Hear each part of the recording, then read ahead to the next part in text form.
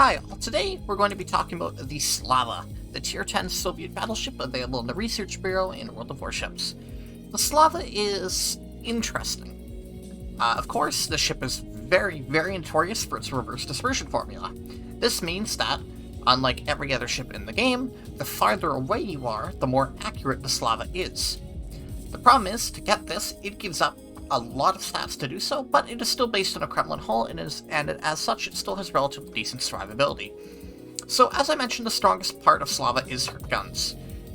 Of course, they have the reverse dispersion formula, so the farther you are away, the more accurate they will be, and in addition, they have some of the highest penetration and very good muzzle velocity, so they will still remain effective out to extreme ranges.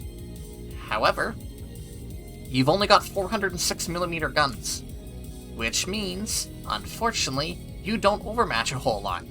You won't overmatch other battleships, and in general, you're going to have to rely a lot on broadsides to be able to get good picks and good kills. But if someone is foolish enough to broadside, and you can catch them, given the ship's insanely good accuracy, you will either usually leave a giant hole in them, or you will just simply kill them. And in that regard, the Slava, for me, is one of my favorite ships. It is extremely satisfying to just nuke people with. Unfortunately, it does rely on enemy players not being that good, but it's 2023 and it's World of Warships, so you should do just fine. As for other features of the ship, your survivability is so-so. I mean, you've got 92k health effectively, but the armor isn't that good, and you've only got a 25mm bow and stern, which is really weak. Most other battleships will be able to overmatch you quite easily. But the Citadel itself is reasonably well protected. I mean, it's not superb, I won't lie, it's not a particularly superb Citadel, but, you know, it'll be decently protected. The AA is relatively good because it's very similar to a Kremlin. Of course, you get your ASW airstrikes. Your maneuverability's so-so. You get 31 knots, which is pretty standard for the tier, a 13-second rudder shift with mods, and a 1090 turning circle radius. It's still a big ship, but it is enough to work with, especially for repositioning. Your concealment gets down to 14.6, assuming you're running concealment, which you should be, but this generally will not affect you too much until late game where you're having to push in, because usually you'll be able to just disengage from firing. I like the Slava a lot. It's good to use. In the modifications, in my opinion, there's two different ways you can pick. So, obviously, main arm 1 is your easy pick. Slot 2, you should take damage control, because engine room protection doesn't really matter here. Slot 3, go aiming systems, just to make that good dispersion even a little bit better. Slot 4 is kind of up to you between propulsion or steering gears. If you find yourself stationary in the Slava when you're just poking people at the back of the map, propulsion can be a good way to get yourself going again, but I personally like steering gears just for that rudder time in case you need to beat torpedoes. Concealment system, obviously, and in slot 6 you can either go for GFCS or main battery mod. Now, main battery mod is good because obviously you just get more DPS. Obviously, it's a good pick. But because you have the reverse dispersion formula, GFCS can lead to some funny moments where you will slam people at 28 kilometers. So I like running GFCS just because it's a little bit more convenient and it's really funny when it works, but main battery is a very safe pick. Of course, the recommended flags are just fine here. You only get one standard consumable, that being your standard heal, and unlike other Soviet battleships, you get a normal damage control party, which is very nice for when people just try and poke you with HE at long range. In the way of the captain build, your standard tank build will work just fine. I personally like preventive maintenance. If you'd rather gun theater, that is up to you. Grease the gears is always nice, especially if you have a Vetchkin. General rush is mandatory, like always. Basic survivability is very nice. Emergency repair expert's very nice. Concealment's very nice. Fireproof, like everything here, anything that really enhances your survivability is good. You're not going to be brawling, so don't worry about brawl skills, but just expect to be sniping and to have some HE flying your way trying to shut you down. So now, of course, as usual, into a live game. It is currently 8:22 p.m. And yeah, we're just gonna play a live game, and you know, I'll show you how I play the ship. Hopefully things will go well. A Malta and 3 Ohios. Okay. That's gonna make things interesting. Alright. Okay, well this is what happens sometimes. Fortunately, very, very soft cruisers, which should help. Spawning on this side of Greece should work. We'll be able to get a nice crossfire over to Charlie. So, yeah, let's, first things first, I'm just going to reposition myself. Because, unfortunately, being on the very corner of the map doesn't work very well. But the plan is to move somewhat to the center. Back center line usually is a very good place to put your Slava, because it means that you should have a lot of map control, and you should catch people who are trying to angle away from people on the actual lane. And you can usually catch them off guard, especially if you've got GFCS, to just get that little bit more range. It's like a 4 to 5 kilometer difference between GFCS and not. So, if you're going to be playing this thing extremely far back and really poking for broadsides, GFCS is great, but if you're going to be playing it a little bit closer, more of a traditional battleship, reload mod is very safe.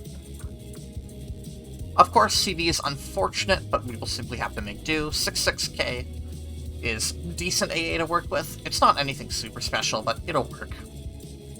You know, you'll probably down a few planes with it, but it won't be enough to prevent strikes on you, obviously, because it's World of Warships in 2023. God forbid the CV players don't manage to strike you through all your AA. So, of course, you know, we're just going to play a match. I'll try and explain why I do what I do, and we will simply go from there. So, as it stands, we've been detected by plane. That's unfortunate. Okay, so we know the Gooden's over at sea. So that means that, barring perhaps one cruiser, all the softs should be over near Alpha Bravo, which is very good for us, because that should mean fairly easy kills. That Ohio's got rounds on me, that's annoying, but it shouldn't do too much at this distance, but nonetheless we are going to angle away. Genon and the Austin. I don't know if that will terrain or not. I think I was fast enough on the draw, but we'll see. Surprisingly weak dispersion. Usually you get a lot better than that. Nonetheless, that is a tasty broadside. We'll see if it connects. 1 overpen, unfortunate. That is one problem with the Slava. Because the guns have such high penetration, there are times where you will just overpenetrate. And this will happen a lot in close ranges as well, where, you know, despite how good your penetration is and how much that allows you to be effective at range, at closer ranges, it does unfortunately mean that, you know, sometimes you will just go straight through an enemy ship, and especially on light cruisers, it's supremely unfortunate. I figured that Jinan would have backed up to try and dodge. Maybe, we'll see. This could be a good salvo. 3 overpenetrations at 23 kilometers. See what I mean when I mention this ship has a lot of pen? If I was using, say, an Ohio, I probably would have doused-starved that Jinan. Alas, it was not to be.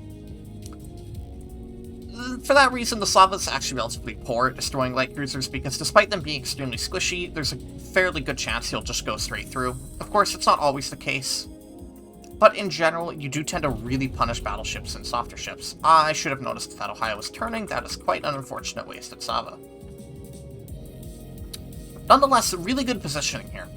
I don't have to worry about island terrain, because despite Slava's flat arcs, unless someone's really bunched up next to the island, I don't need to worry about it, and I've got a lot of control over Alpha Bravo. And it looks like the Charlie lane is pretty small, so I'll leave that to our Forest Sherman, our Vermont, whatever our Midway is getting up to. Fortunately, we don't have a lot of spotting to work with right now, but we will simply make do. That Ohio's gonna turn. I'm not sure if he'll fully turn, but I'll burn the salvo anyway, just in case. Fortunately, RDDs aren't doing any spotting for us. He is gonna commit. Alright, could have been a stronger salvo, but you know what, it is what it is. He's gonna return. Of course. Accelerate a little bit, and only 1 connect. That's good.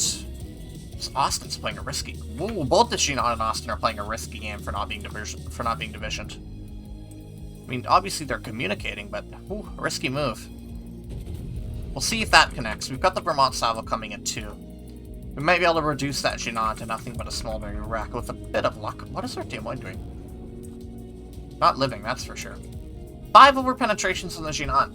Yeah, that's how the Slava goes sometimes. Despite the fairly good range I'm engaging at, you know, there's just so much penetration on these guns. Should be able to get a bit of a better salvo on the Ohio, though. Who also secondaries our Sherman. That is supremely unfortunate. I think he's going to keep going straight. I don't imagine he'd turn at that angle. Which is odd, because if I were him, I'd be worried about getting torpedoed. Nonetheless, should land us a nice broadside. Decent. Not really, actually. Unfortunate. But, you know, that's how the live game goes sometimes. Sometimes you have really good luck, and sometimes you don't.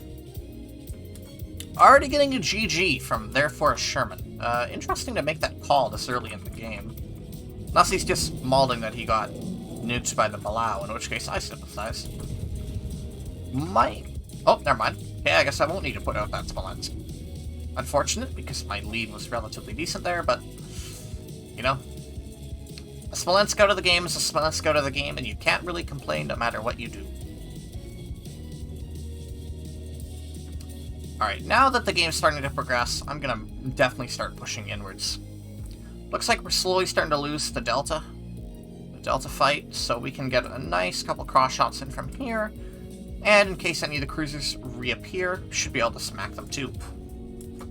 Probably stayed a little too far back for the early game, but that's an error on my part, and as such it is what it is.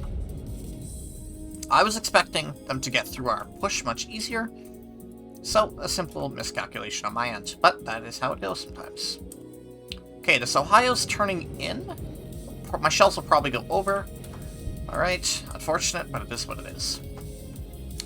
I should have noted this earlier, but because the Slava has relatively small guns for the tier at 406s, your penetration over penetration damage is low.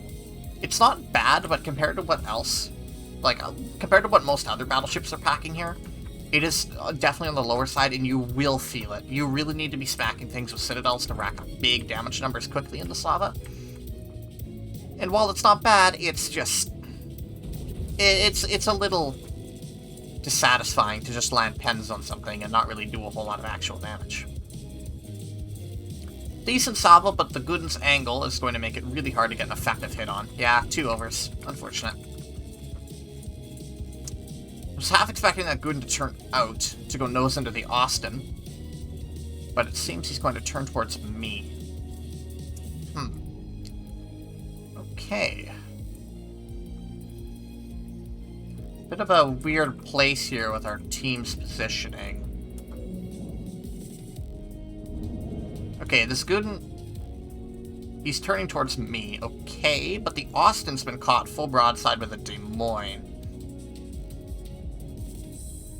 Just a question to see if he's going to jump on the gun or not. Yes, he will jump on the throttle. But he's turning away. Yeah, okay, that'll miss. That should miss anyway. Yeah, it will. Unfortunate. Good dodge. I figured he would probably stop and try and speed juke rather than turn out, but that is a miscalculation on my part. Can't do anything about that Gooden from our positioning, but the Ohio, assuming the Ohio tries to cross, we have a really nice shot on him. Ooh, hello there, Ginon. Smoking to try and avoid the CV strike. Unfortunately, failed to account for the Slava here. Nonetheless, knowing my dispersion, this will probably not be a very good shot, but we can only hope. 6 over penetrations. That's the Slava. Smile. Jokes aside, that is severely painful. Severely dissatisfying, too. When, you know, the ship gives you that much broadside, you expect that you're just gonna smack them, and... alas, wasn't meant to be. Planes are showing up. Hit the reinforce AA key. Looks like they're gonna strike our Vermont, but nonetheless, we can help out with that. Try and get a good hit on the small end here, because since Slava has good accuracy, you can usually smack destroyers as long as you get a decent lead on them. It would have been a nice spot to have gun feeder, so I could have whacked him, but it is what it is. Okay, we're heavily retreating from Delta Lane, and we're losing too many points here to be able to afford to do that. I'm going to move to resecure, or at least move to hold the lane. I need that Ohio to turn out and give me a big broadside, because right now, there's not a lot of stuff that is giving me broadside. And, unfortunately, we're starting to rapidly lose advantage here. I've been wanting to get rid of that Austin for a while, but I just haven't had the chance to. And now there's an island in the way of that Gooden. Actually, you might be able to deal with the Jinan right here. Unless we just get another 6 over Pensavo, which would be supremely unfortunate, but it could happen. 7 over penetrations. Not really making a great case for the Slava this game. That's how it is sometimes. You know, if people angle to you, or if people sit nose on, you really aren't that effective. You do unfortunately quite rely on them being foolish and mispositioning to do much of your damage. And in that regard, the Slava does almost feel like a lucky ship. Fortunately, because I've been hanging back, we have a lot of HP to work with here. But we're giving up so much... Oh, yeah. Okay, yeah. We are wrapped. I didn't realize just how quickly our team crumbled. I'd had hope, but... I guess hope no more. Only despair. Not to mention, I'm just going to get bullied by the city, despite having some of the better AA in the tier, which is cool, I guess. I'm going to preemptively DCP to stop any potential flooding, especially given that I'm eating HE salvos from both the Guden and the Ohio and the Jinan. Probably should have saved to prevent the airstrike. That's a misplay on my part. Yeah, and now... Yeah, he's just nose in. I won't be able to do a whole lot to him. And if I take another fight here, this will be real unfortunate. Nope, got lucky. Cool.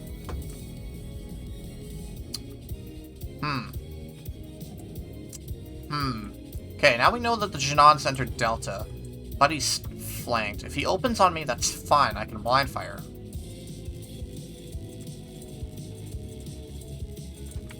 Actually, what I need to do is turn it hard for the Jinan's torpedoes. Because I guarantee you he's throwing a rack my way.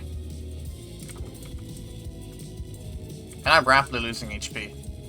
Oh boy. And there's the double fire. Unfortunate. And now, knowing my luck... Yep. And yeah, now the Jinan's firing on me. And there's the deep butters. Did I mention the Slava doesn't handle close-range situations like those well? Like, you can survive, but you will very rapidly get overwhelmed. I'm not really sure what the rest of our team's been up to, but oh well. That's probably a good place to call it. Didn't make the best case for the Slava there, but that's how it goes. That's what happens when you shoot these live, you know? The Slava's weaknesses, unfortunately, a lot of the time will be out of your control. It's just unfortunate because you do really have to rely on bad players giving you a lot of broadside to be able to make the ship truly shine. But when it shines, it's a lot of fun. It's just, you do kind of have to rely on either having good teammates who can force enemies to misplay in broadside, or get lucky. And unfortunately, sometimes you don't get lucky. So, that's all I have to say. And I will see you again soon. Ah, looks like we just lost the game anyway. Figures. See ya.